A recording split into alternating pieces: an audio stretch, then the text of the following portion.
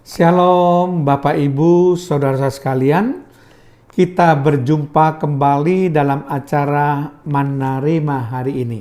Tetap kita bersemangat, tetap kita tidak menyerah menjalani hidup ini bersama dengan Tuhan.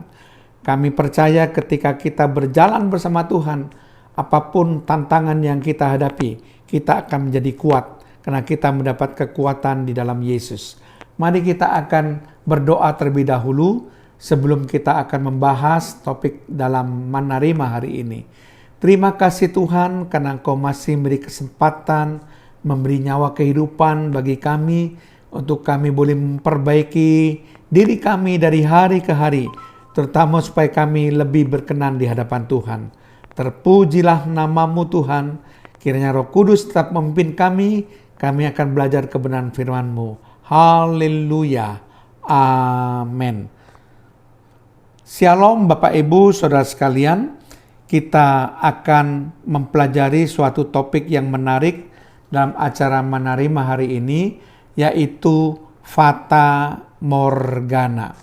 Sekali lagi, topik yang akan kita bahas kali ini adalah Fata Morgana. Nah, apa yang disebut dengan Fata Morgana? Fata Morgana itu adalah suatu fenomena optik atau fenomena penglihatan yang terjadi ketika cahaya matahari melewati lapisan udara dengan suhu yang berbeda-beda, sehingga menciptakan ilusi optik atau penglihatan semu. Nah, Fata Morgana seringkali terlihat di tempat-tempat yang panas seperti padang gurun. Fata Morgana dapat membuat sesuatu yang tidak ada menjadi seolah ada. Misalnya pemandangan akan genangan air.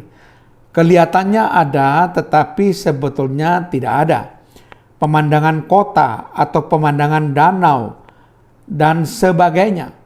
Jadi fenomena penglihatan ini terjadi karena udara panas itu berfungsi sebagai cermin yang memantulkan langit.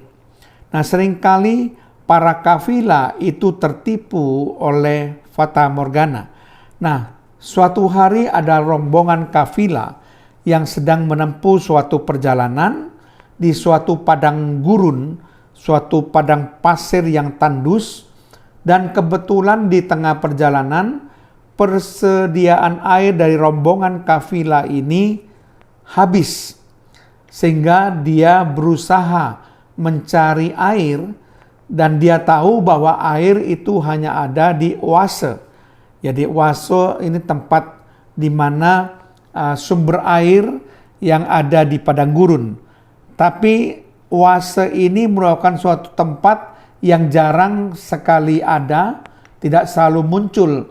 Kadang-kadang dalam beberapa kilometer baru ada satu oase. Jadi itu merupakan suatu hal yang harus dimengerti oleh para kafilah di mana oase itu ada. Karena dikhawatirkan ada Fata Morgana yang akan menipu.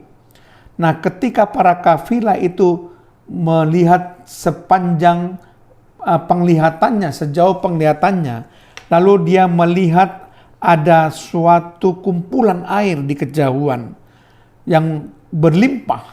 Nah, hati si kafilah ini menjadi senang. Ayo mari kita pergi ke kumpulan air yang berlimpah tersebut. Kita bisa mengisi persediaan air kita dengan air yang ada di sana. Lalu dia malah mengarahkan rombongannya menuju ke penglihatan di mana ada kumpulan air yang berlimpah tersebut. Nah, semakin jauh dia lihat bagaimana air itu tidak semakin dekat. Semakin dekati masih terlihat jauh, saudara. Dan tidak sadar dia menyimpang dari jalan semula. Dan menyimpangnya semakin jauh karena dia terus mengikuti penglihatan dari kumpulan air yang berlimpah tersebut. Dan ketika dia sudah sangat terlalu jauh dari jalan semula, rombongan kafilah ini baru sadar kalau dia ditipu oleh Fata Morgana. Bahwa itu sebenarnya bukan kumpulan air yang berlimpah. Memang penglihatan itu adalah penglihatan semu. Sepertinya itu ada kumpulan air, tetapi sebenarnya tidak ada. Dan dia menyadari bahwa dia sudah terlalu jauh menyimpang dari jalan semula dan tidak bisa kembali lagi ke jalan semula. Sehingga akhirnya rombongan kafilah itu mati kehausan, saudara. Suatu kesalahan karena fata morgana. Demikian juga saudara, sebagai orang Kristen kita hati-hati dengan fata morgana, di mana dunia menawarkan kenikmatan dan kenyamanan, kepuasan semu. Jadi kita mungkin bisa bergelimang dengan kenikmatan, kepuasan semu yang ditawarkan oleh dunia, tapi itu membawa kebinasaan. Fata morgana, di mana berupa kenikmatan semu, kepuasan semu yang ditawarkan dunia, bisa menyeret kita kepada kebinasaan. Seperti kafilah tersebut diseret oleh fata morgana, sehingga dia mati kehausan. Sedangkan Yesus itu menyediakan air hidup yang sebenarnya. Jadi air hidup yang menghidupkan, saudara. Itu bukan fata morgana. Kalau dunia menawarkan fata morgana, tapi Yesus tidak menawarkan fata morgana, tapi dia adalah sumber air hidup yang sebenarnya. Seperti firman Allah katakan di dalam Yohanes pasal yang ke-7 ayat 37, dan pada hari terakhir, yaitu pada puncak perayaan itu, Yesus berdiri dan berseru, "Barang siapa haus, baiklah ia datang kepadaku dan minum." Nah, saudara perhatikan baik-baik. Di sini Yesus menawarkan, barang siapa haus, baiklah ia datang kepadaku dan minum. Karena Yesus adalah sumber air hidup yang bisa mengobati kehausan kita, saudara. Dan firman Allah juga dalam Injil Yohanes 4 ayat 14 katakan begini, "Tetapi barang siapa minum air yang kuberikan kepadanya," kata Tuhan Yesus ini ya, "ia tidak akan haus untuk selama-lamanya.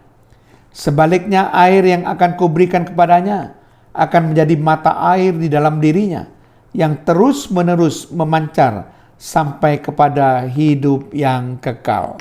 Jadi kalau saudara rindu akan air hidup, maka kita harus datang kepada sumber air hidup, yaitu Yesus.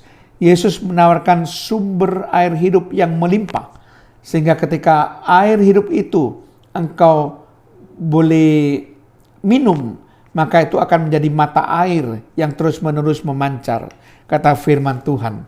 Jadi ingat Bapak Ibu Saudara sekalian, jangan pernah ditipu oleh fata morgana dunia ini yang cuma menawarkan kenikmatan semu, yang juga menawarkan kepuasan semu, tetapi membawa kebinasaan. Mari kita mencari air hidup yang sesungguhnya. Sumber air hidup yang sesungguhnya, yaitu Yesus yang membawa kepada kehidupan kekal. Amin. Mari kita berdoa. Terima kasih Tuhan kalau hamba-Mu sudah menyampaikan kebenaran firman-Mu, supaya firman Tuhan ini dapat menguatkan kami tidak sampai tertipu oleh fata morgana dunia ini yang menawarkan kenikmatan dunia, menawarkan kesenangan dunia yang semu, kepuasan dunia yang semu, tapi yang akhirnya akan menyeret kami ke dalam kebinasaan. Kami tidak ingin Tuhan terseret oleh fata morgana sampai kami harus binasa. Tetapi kami ingin mencari sumber air yang sesungguhnya, air hidup yang sesungguhnya, yaitu Tuhan Yesus Kristus yang bisa membawa kami ke dalam kehidupan yang kekal. Terpujilah nama-Mu Tuhan, di dalam nama Tuhan Yesus Kristus. Haleluya. Amin.